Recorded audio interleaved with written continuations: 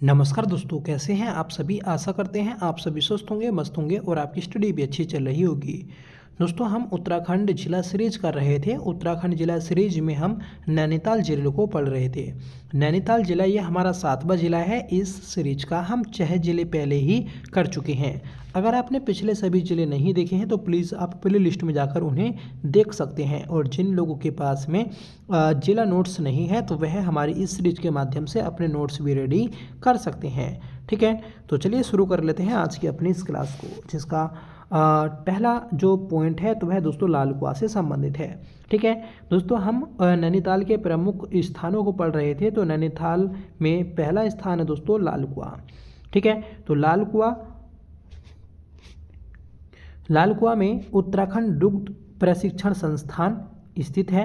ठीक है, याद रखिएगा। Century paper and pulps board, इसकी स्थापना 1984 में हुई। और ये जो आपका बोर्ड है ये एशिया की सबसे बड़ी पेपर मिल है। ठीक है, भारत का प्रथम एरोमेटिक गार्डन या सुरभि वाटिका ये दोस्तों लाल कुआं में 24 अक्टूबर 2021 में बनाई गई है। ठीक है, लाल कुआं को 2008 में विधानसभा क्षेत्र बनाया गया।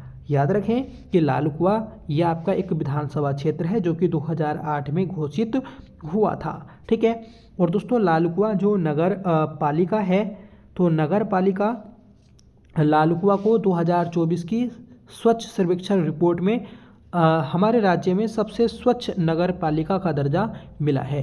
ठीक है, अगला स्थान है दोस्तों काठगोदाम। काठगोदाम ये गोलन नदी के तट पर स्थित है और काठगोदाम को कुमाऊं का प्रवेश द्वार बोला जाता है। काठगोदाम के प्राचीन नाम में चौहान पाटा, बमोरी घाट और दोस्तों बाड़ा खेड़ी है। तो याद रखिएगा कि काठगोदाम के प्राचीन नाम क्या क्या हैं। चौहान पाटा, बमोरी घाट और दोस्तों बाड़ा खेड़ी। ठीक है, काठगोदाम रेलवे स्टेशन ये 1864 में बनना स्टार्ट हुआ था, जो कि उत्तराखंड का सबसे पुराना रेलवे स्टेशन है। ठीक है, काठगोदाम से रेल यातायात की शुरुआत 24 अप्रैल 1884 को हुई थी। ठीक है, और काठगोदाम रेल लाइन को बड़ी रेल लाइन में परिवर्तित 4 मई 1994 में किया गया। काठगोदाम में प्रीपेड टैक्सी बूथ सेवा देने वाला ये पहला रेलवे स्टेशन बन गया है। ठीक है, तो याद रखें, इम्पोर्टेंट है। काठगोदाम में गुलाबी घाटी स्थित है। ठीक है, और काली चोड़ मंदिर स्थित है। सर्वप्रथम शंकराचार्य उत्तराखंड में काठगोदाम में ही आकर बसे थे। ठीक है, इस चीज़ को भी आप नोट करिएगा। तो ये था हमारा काठगोदाम। अब देखेंगे दोस्तों हम प्रमुख मंदिर। ठीक है, नैना देवी मंदिर ये 1842 में बना था। नैना देवी मंदिर को मोतीराम शाह के द्वारा बनवाया गया और नैना देवी मंदिर ये 18 सितंबर 1880 का जो भूस्खलन आया था तो उसमें ध्वस्त हो गया था। फिर इसका दोस्तों पुनः जीर्णोद्धार जो करवाया गया 1882 में, तो ये अमर सिंह के द्वारा करवाया गया था। देखिए, मोतीराम शाह ने इसको बनवाया था। ठीक है, और इसका जो पुनः जीर्णोद्धार करवाया तो वह राम सिंह के द्वारा करवाया गया था 1882 में। निर्माण कब हुआ? 1842 में। ठीक है, यहाँ माता सती का आँख का भाग गिरा था। ठीक है, जो हमारी नैना झील है तो नैना झील जो है तो ये किससे बनी है? तो ये माता सती की आँख से बनी है। ठीक है, यहाँ नंदा अष्टमी को नैना देवी मेला लगता है। जब दोस्तों नंदा अष्टमी होती है तो उस समय नैना देवी मंदिर के प्रांगण में नैना देवी मेला आयोजित होता है। ठीक है, चीनी बाबा मंदिर ये भी नैनीताल में स्थित है। हेडा खान आश्रम ये भी नैनीताल में है और हनुमान धाम ये छोई रामनगर में पड़ता है। ठीक है, भीमेश्वर महादेव मंदिर ये आपका बाज बहादुर चंद के द्वारा भीमताल में बनवाया गया था। ठीक है, नीम करोली आश्रम ये कैची धाम में स्थित है, जिसे 15 जून 1964 को बनवाया गया था। ठीक है, कैची धाम कब बनी? तो ये 15 जून 1964 को बनी थी, क्योंकि दोस्तों इसी दिन जो बाबा नीम करोली थे तो ये फिरोजाबाद से यहाँ पर आकर बसे थे। ठीक है, बाबा नीम करोली का मूल नाम लक्ष्मी नारायण शर्मा आता है, याद रखिएगा। ठीक है, और इन्हें मोनी बाबा भी बोलते हैं। नीम करोली बाबा का जो ये आश्रम है तो यह हनुमान जी को समर्पित है। ठीक है, उत्तराखंड सरकार के द्वारा कुसिया कटोली तहसील का नाम बदलकर कैची धाम रखा गया है। गोलू देवता मंदिर, तो गोलू देवता मंदिर ये दोस्तों घोड़ाखाल में स्थित है, ठीक है, और इसे बाज बहादुर चंद के द्वारा बनवाया गया था। देखिए गोलू देवता के मंदिर हमारे राज्य में 4 जगह देखने को मिलते हैं, एक चंपावत में, ठीक है, एक अल्मोड़ा में, और एक अल्मोड़ा के ताड़ी खेत में, ठीक है, और एक दोस्तों हमारा ये नैनीताल घोड़ाखाल में आता है, ठीक है। तो 4 जगह आपको गोलू देवता के मंदिर देखने को मिल जाएंगे। हनुमानगढ़ी, यह स्थान सूर्योदय सूर्यास्त के लिए प्रसिद्ध है। मुक्तेश्वर महादेव मंदिर, पाषाण देवी मंदिर, गांधी मंदिर, ठीक है, लोखा लुखाम मंदिर, ठीक है, और बेतालेश्वर महादेव मंदिर, गिरजा देवी मंदिर, ये सभी दोस्तों आपके नैनीताल में आते हैं। अब देखेंगे नैनीताल की वन व्यवस्था। नैनीताल में दोस्तों जिम कॉर्बेट राष्ट्रीय उद्यान स्थित है। राष्ट्रीय उद्यान जिम कॉर्बेट ये 8 अगस्त 1936 को बना था, जो कि हमारे भारत का पहला और एशिया का भी पहला दोस्तों नेशनल पार्क आता है। जब इसकी स्थापना हुई थी 1936 में, तो इसका नाम हैली नेशनल पार्क था। बाद में 1954 में इसका नाम रामगंगा नेशनल पार्क किया गया, और 1957 में इसका नाम जिम कॉर्बेट राष्ट्रीय उद्यान किया गया, ठीक है, और 2021 में फिर से इसका नाम रामगंगा नेशनल पार्क किया गया, क्योंकि दोस्तों जो हमारा कॉर्बेट नेशनल पार्क है, तो इसके मध्य से रामगंगा जो पश्चिमी रामगंगा नदी है, तो वह प्रभावित होती है। ये जो नेशनल पार्क है ये आपका पौड़ी में, नैनीताल, इन 2 जिलों में आता है। इसका क्षेत्रफल 520.82 वर्ग किलोमीटर है। ये नैनीताल में 208.8 वर्ग किलोमीटर और पौड़ी में 312.76 वर्ग किलोमीटर है। इसका हेडक्वार्टर ढिकाला रामनगर में स्थित है, और जिम कॉर्बेट संग्रहालय ये कालाडूंगी में स्थित है, जो कि 1965 में बना था। जब आप दोस्तों रामनगर से होते हुए हल्द्वानी को जाएंगे, तो तब आपको कालाडूंगी में राइट हैंड पर आपको ये पड़ जाएगा, ठीक है। साइलेंस जोन घोषित कब किया गया जिम कॉर्बेट नेशनल पार्क को? तो 1 अप्रैल 2012 को घोषित किया गया था। STPF का गठन 9 अक्टूबर 2013 में किया गया, ठीक है। स्पेशल टाइगर प्रोटेक्शन फोर्स, तो इसका गठन कब हुआ? 9 अक्टूबर 2013 में हुआ था। भारत का पहला प्रोजेक्ट टाइगर, तो ये 1 नवंबर 1973 को कॉर्बेट नेशनल पार्क को बनाया गया। तो देखिए कॉर्बेट नेशनल पार्क ये पूरे भारत का पहला नेशनल पार्क और पहला टाइगर प्रोजेक्ट भी है, ठीक है। क्वेश्चन बनेगा कि हमारे भारत में जो 58 टाइगर रिजर्व हैं, तो इन 58 में सर्वाधिक टाइगर कहाँ पर पाए जाते हैं? तो ये आपके जिम कॉर्बेट में पाए जाते हैं। जिम कॉर्बेट नेशनल पार्क यह एशिया का प्रथम उद्यान है, ठीक है, और यह राज्य का सर्वाधिक पर्यटकों वाला राष्ट्रीय उद्यान भी है। यह भारत का प्रथम एनिमल क्वारंटाइन सेंटर था, ठीक है। तो जो एनिमल के लिए क्वारंटाइन सेंटर बनाया गया, तो ये भारत में सर्वप्रथम जिम कॉर्बेट में बनवाया गया था। नंदौर वन्यजीव विहार, नंदौर वन्यजीव विहार ये 6 दिसंबर 2012 को बना, जो कि राज्य का सबसे नया वन्यजीव विहार है। हमारे राज्य में 7 वन्यजीव विहार है, जिसमें से पहला गोविंद वन्यजीव विहार उत्तरकाशी में आता है, जो कि 1955 में बना था, और सबसे नया मतलब 7वां तो ये नंदौर वन्यजीव विहार है, जो कि 2012 में बना था। इसका क्षेत्रफल 270 वर्ग किलोमीटर है, और ये दोस्तों नैनीताल और चंपावत में फैला है, ठीक है। पाबलगढ़ संरक्षण आरक्षिति, देखिए पाबलगढ़ संरक्षण आरक्षिति, तो ये 2012 में बनाई गई, ठीक है, और ये नैनीताल में स्थित है। और वर्तमान में पाबलगढ़ संरक्षण आरक्षिति को सीताबनी संरक्षण आरक्षिति के नाम से जाना जाता है। देखिए हमारे राज्य में 4 संरक्षण आरक्षिति हैं, ठीक है, जिसमें सबसे पहले रामसर साइट थी, जो कि 2005 में घोषित की गई, और ये दोस्तों देहरादून में स्थित है।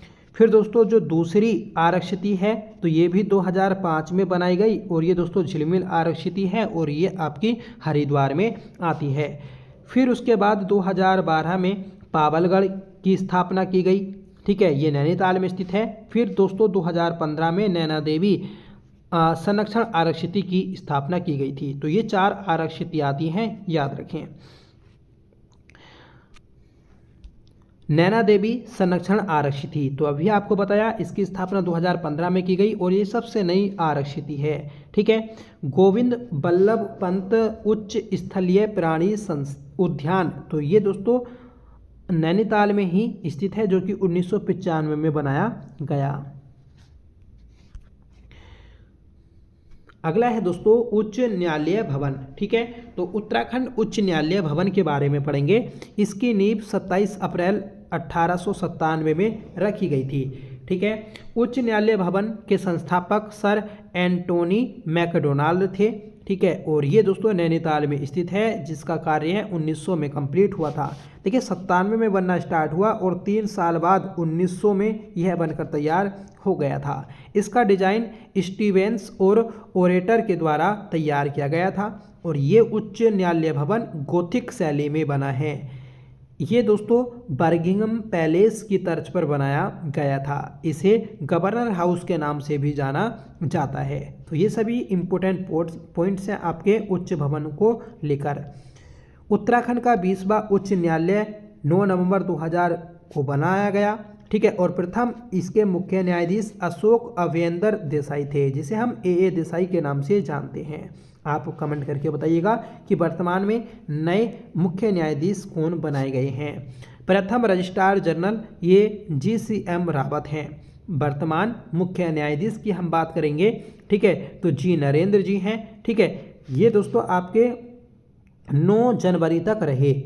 9 जनवरी के बाद में दोस्तों आपके नए बने हैं, और नए बने हैं दोस्तों आपके मनोज कुमार गुप्ता, जो कि 15वें न्यायाधीश हैं। ठीक है, वर्तमान में रजिस्ट्रार जनरल कह कासा खान नहीं है, अब दोस्तों योगेश गुप्ता हैं, योगेश गुप्ता। ठीक है, तो याद रखिएगा कि नए रजिस्ट्रार जनरल कौन है, तो योगेश गुप्ता हैं। और नए मुख्य न्यायाधीश भी दोस्तों अब आपके चेंज हुए हैं, जो कि मनोज कुमार गुप्ता हैं। ठीक है, KM मुंशी के द्वारा 1950 में इस स्थान को वन महोत्सव की शुरुआत की गई थी। मतलब इसी स्थान पर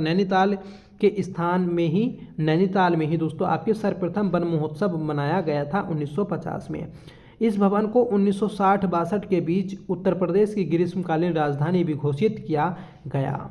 ठीक है, अगला संस्थान है दोस्तों आपका नैनीताल पर्वतारोहण क्लब। नैनीताल पर्वतारोहण क्लब, इसकी स्थापना 30 सितंबर 1968 को चंद्रलाल शाह ठुलहरिया के द्वारा की गई थी। ठीक है, तो चंद्रलाल शाह ठुलहरिया जो हैं, इनके द्वारा दोस्तों 1968 में नैनीताल पर्वतारोहण क्लब की स्थापना की गई थी। और इस पर्वतारोहण क्लब का आदर्श वाक्य नास्युत्साह परम बलम। ठीक है, तो याद रखिएगा क्योंकि आदर्श वाक्य कई बार पूछा गया है।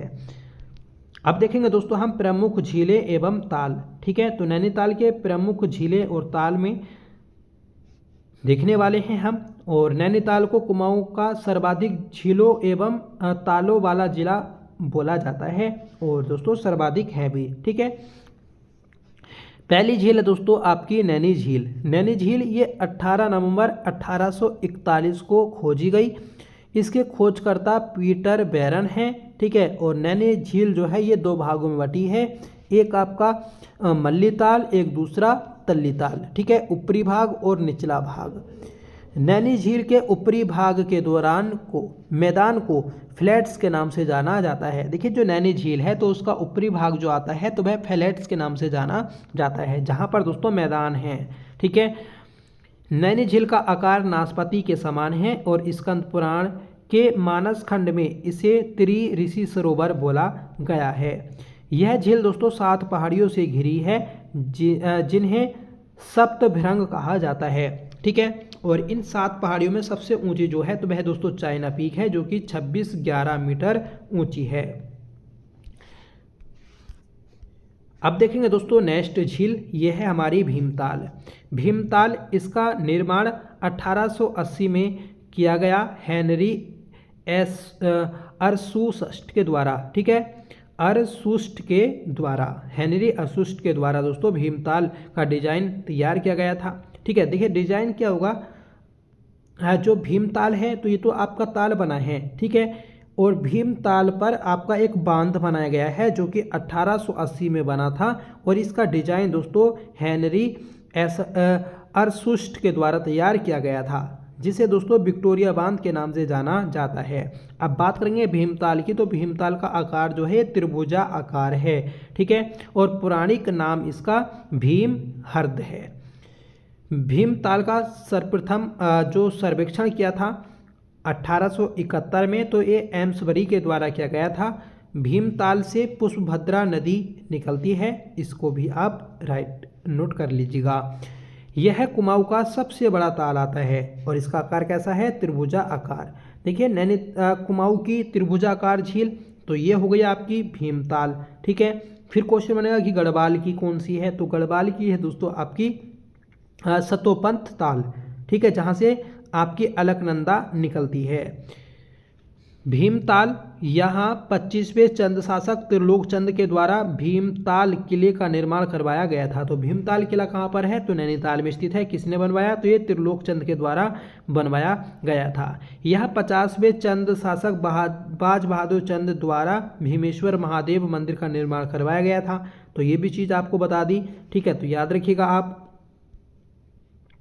अब देखेंगे दोस्तों हम नौकुचिया ताल। नौकुचिया ताल यह कुमाऊं का सबसे गहरा ताल है, ठीक है, जिसकी गहराई 40 मीटर है और इस ताल की आकृति भारत के नक्शे के समान है। क्वेश्चन बन जाएगा कि नैनीताल का कौन सा ताल है जिसकी आकृति भारत के नक्शे के समान है, तो यह है दोस्तों नौकुचिया ताल। इसके 9 कोने हैं, ठीक है। मानस खंड में इसे सनत्व कुमार सरोवर बोला गया है और यहाँ दोस्तों प्रवासी पक्षी देखने को मिलते हैं। तो इम्पोर्टेंट आपकी झील है नौकुचिया ताल, जो कि कुमाऊं की सबसे गहरी है। अगला ताल है दोस्तों सात ताल। सात ताल, इसकी आकृति अश्वखुर के समान है, ठीक है, और इसे उत्तराखंड का बेस्ट मोरलैंड बोला जाता है। सात ताल, यहाँ अमेरिकी साधु स्टेनले जोन्स का आश्रम स्थित है। यह राम लक्ष्मण सीता भरत हनुमान गरुड़ तथा नल दमयंती तालों से मिलकर बना है। तो सात तालों का समूह है। याद रखिएगा कि कौन कौन से ताल इसमें आते हैं। इसी समूह में सूखा पूर्ण पन्ना ताल भी स्थित है। अगला ताल है दोस्तों आपका खुरपा ताल। देखिए खुरपा ताल, इसकी आकृति जानवर के खुर के समान है। जानवर के खुर के समान खुरपा ताल और अश्व खुर के समान तो वह दोस्तों सात ताल, ठीक है। खुरपा ताल का रंग गहरा नीला है और यह उत्तराखंड का एकमात्र ताल है जिसके चारों ओर सीढ़ी नुमा खेती की जाती है, ठीक है, क्योंकि दोस्तों पहाड़ों पर जो खेती होती है तो वह सीढ़ी नुमा खेती होती है, याद रखिएगा। यहाँ भारत का प्रथम मोस गार्डन स्थापित किया गया है। तो भारत का प्रथम मोस गार्डन ये कहाँ पर स्थापित किया गया है, तो ये किया गया है दोस्तों आपका खुरपा ताल में, ठीक है। मलबा ताल, सड़िया ताल, हरीश ताल, कमल ताल, कमल ताल को नल ताल भी बोला जाता है, कोहिनूर ताल, लुखाम ताल, ठीक है, तो ये सभी आपके नैनीताल में आते हैं। अब देखेंगे दोस्तों हम नैनीताल के प्रमुख पर्वत। तो जो नैना झील है, तो नैना झील ये 7 पहाड़ियों से घिरी हुई है, जिसमें पहला जो आपका पर्वत है तो ये है दोस्तों आपका नैना या China peak. China peak Nainital की सबसे ऊंची चोटी है जिसकी ऊंचाई 2611 मीटर है। डेरोथोसिट ये दोस्तों आपकी कहाँ पर स्थित है, तो ये स्थित है नैनीताल में, ठीक है। मनोरा पीक, तो ये राजकीय वेधशाला स्थित है। मनोरा पीक जो है यहाँ पर राजकीय वेधशाला स्थित है। देखिए राजकीय वेधशाला की हम बात करेंगे तो इसकी स्थापना जो हुई थी 1954 में, तो ये हुई थी बनारस में।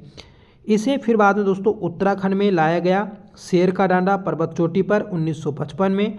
फिर उसके बाद दोस्तों इसे मनोरा पीक जो पहाड़ी है इस पर 1961 में ले जाया गया था। तो 3 डेट आती हैं दोस्तों आपकी राजकीय वेधशाला से। नाहन पर्वत श्रृंखलाएँ ये हल्द्वानी में स्थित हैं, याद रखें। अयारपात, देवपात, आलमसरिया पात, तो ये तीनों भी दोस्तों आपके इसी के अंतर्गत आते हैं। किलबरी, स्नोव्यू, बर्धमान, टैगोर टोप, शेर का डांडा और लड़िया काटा, हनी बनी चोटी। तो हनी बनी चोटी कहाँ पर है, ये नैनीताल में स्थित है। हार्डीगढ़ी ये भी दोस्तों आपका नैनीताल में आता है। और हिडम्बा पर्वत तो मोस्ट इम्पोर्टेंट है, याद रखिएगा कि ये भी दोस्तों नैनीताल में आता है। ठीक है, हार्डी जलप्रपात ये मसूरी में स्थित है। ठीक है, और हार्डीगढ़ी पर्वत ये नैनीताल में स्थित है। अब देखेंगे दोस्तों हम प्रमुख जलप्रपात। तो नैनीताल में जितने भी आपके प्रमुख जलप्रपात हैं उनको हम पढ़ने वाले हैं। देखिए, पहला है आपका कॉर्बेट जलप्रपात, भालूगढ़, वुडलैंड, फिरकी, पदमपुरी, बरातीरो, लाडूबागढ़, ढोकाने, ये सभी आपके जलप्रपात हैं जो कि नैनीताल में आते हैं। सुभाष धारा, सिपाही धारा और पर्दा धारा, और 3 धाराएं भी दोस्तों यहाँ पर ही आती हैं। तो याद रखिएगा, इम्पोर्टेंट दोस्तों आपके जलप्रपात हैं जो कि नैनीताल में आते हैं। अब देखेंगे दोस्तों हम प्रमुख नोले। तो पहला नोला है दोस्तों पहाड़ पानी। ठीक है, और तुला रामेश्वर नोला। तो ये दोनों नोले कहाँ पर आते हैं? नैनीताल में। नैनीताल के प्रमुख दर्रे चिरकिला, ये दोस्तों ढिकुली में स्थित है। बमोरी दर्रा ये हल्द्वानी और काठगोदाम को जोड़ता है। चोरगलिया ये हल्द्वानी में स्थित है। और चौकी घाट ये भी दोस्तों यहाँ पर ही आता है, याद रखें। और यच किला ये दोस्तों हल्द्वानी में स्थित है।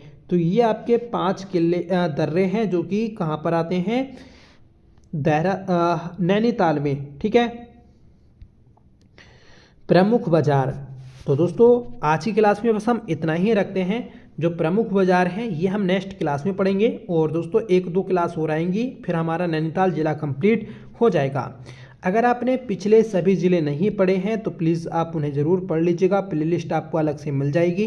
ठीक है, और प्लेलिस्ट का लिंक आपको वीडियो के डिस्क्रिप्शन बॉक्स में दिया गया है, वहाँ से आप देख सकते हैं। आज की एक क्लास आपको कैसी लगी प्लीज़ आप कमेंट बॉक्स में अपनी राय ज़रूर दीजिएगा। अगर आपको कोई भी त्रुटि लगती है तो प्लीज़ आप कमेंट करके उसको क्लियर कर सकते हैं। तो चलिए मिलते हैं नेक्स्ट वीडियो के साथ, तब तक के लिए bye. Thank you so much for watching. जय हिंद।